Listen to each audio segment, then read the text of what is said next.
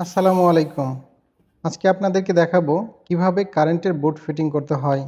আপনারা যারা কখনোই এই ধরনের বোর্ড কানেকশন করেননি, আমার এই ভিডিওটি দেখলে আশা করছি আপনারাও খুব সহজেই এই ধরনের বোর্ডের কানেকশন দিতে পারবেন।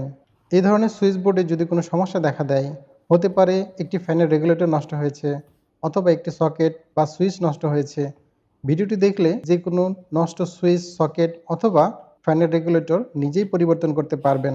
সুইচ, সকেট এবং ফ্যানের রেগুলেটরের কানেকশন অ্যানিমেশনের মাধ্যমে আমি দেখানোর চেষ্টা করেছি। আশা করছি আমার এই ভিডিওটি দেখে আপনারা কানেকশনটি সহজেই ধরতে পারবেন। চলুন সুইচ বোর্ড বানানো শুরু করি। আমাদের প্রথম কাজই হচ্ছে রেগুলেটরের সুইচ, সকেট, ইন্ডিকেটর বোর্ডের সাথে ভালোভাবে স্ক্রু দিয়ে ফিটিং করা। এই কাজটি আশা করছি আপনারা সবাই করতে পারবেন। এবার বোর্ডের সিকোয়েন্সটি খেয়াল করুন। সুইচ, সকেট, রেগুলেটরের সিকোয়েন্স বা কানেকশন ঠিক এইভাবে করলে আপনারা কানেকশনটি খুব সহজেই ধরতে পারবেন। একেবারে ডান পাশে একটি ইন্ডিকেটর ব্যবহার করা হয়েছে। এরপর পাশাপাশি দুইটি সকেট ব্যবহার করা হয়েছে। তারপর বাম পাশে প্রথমে একটি লাইটের সুইচ, এরপর একটি ফ্যানের সুইচ এবং সর্বশেষ একটি রেগুলেটর ব্যবহার করেছি। এখন আমরা একটি তারের ইনসুলেশন রিমুভ করে ডান পাশ থেকে এলইডি ইন্ডিকেটরের নিচের টার্মিনাল থেকে শুরু করে একেবারে রেগুলেটরের আগের সুইচের নিচের টার্মিনাল পর্যন্ত কানেকশন দিয়ে দেব।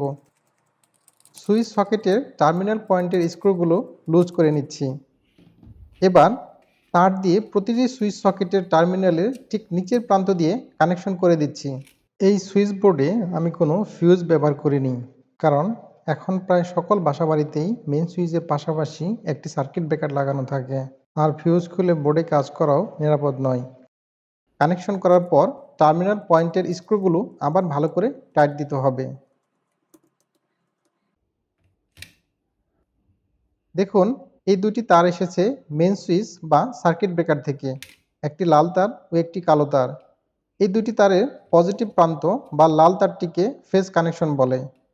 আরও যদি সহজভাবে বলি, তাহলে যে তারে কারেন্ট থাকে সেটা হবে লাল তার বা পজিটিভ প্রান্ত। এই লাল তারটি সুইচ সকেটের টার্মিনালের ঠিক নিচের প্রান্তের সাথে সংযোগ দিতে হবে। এবার নিউট্রাল বা আর্থিং কানেকশন করতে হবে। শুধুমাত্র এলইডি ইন্ডিকেটর এবং সকেটের মধ্যে নিউট্রাল কানেকশন করে দিচ্ছি। সুইচের মধ্যে কোনো প্রকারের নিউট্রাল কানেকশন হবে না। নিউট্রাল কানেকশন কমপ্লিট করার পর টার্মিনালগুলো টাইট দিয়ে দিচ্ছি। টার্মিনালের সংযোগ কোনো অবস্থাতেই লুজ রাখা যাবে না, তাহলে সংযোগস্থলে তাপমাত্রা বেড়ে গিয়ে সুইচ বা সকেট পড়ে যেতে পারে। নিউট্রাল তারের অতিরিক্ত অংশটুকু কেটে দিচ্ছি। এবার লাইটের সুইচের কানেকশন দিতে হবে।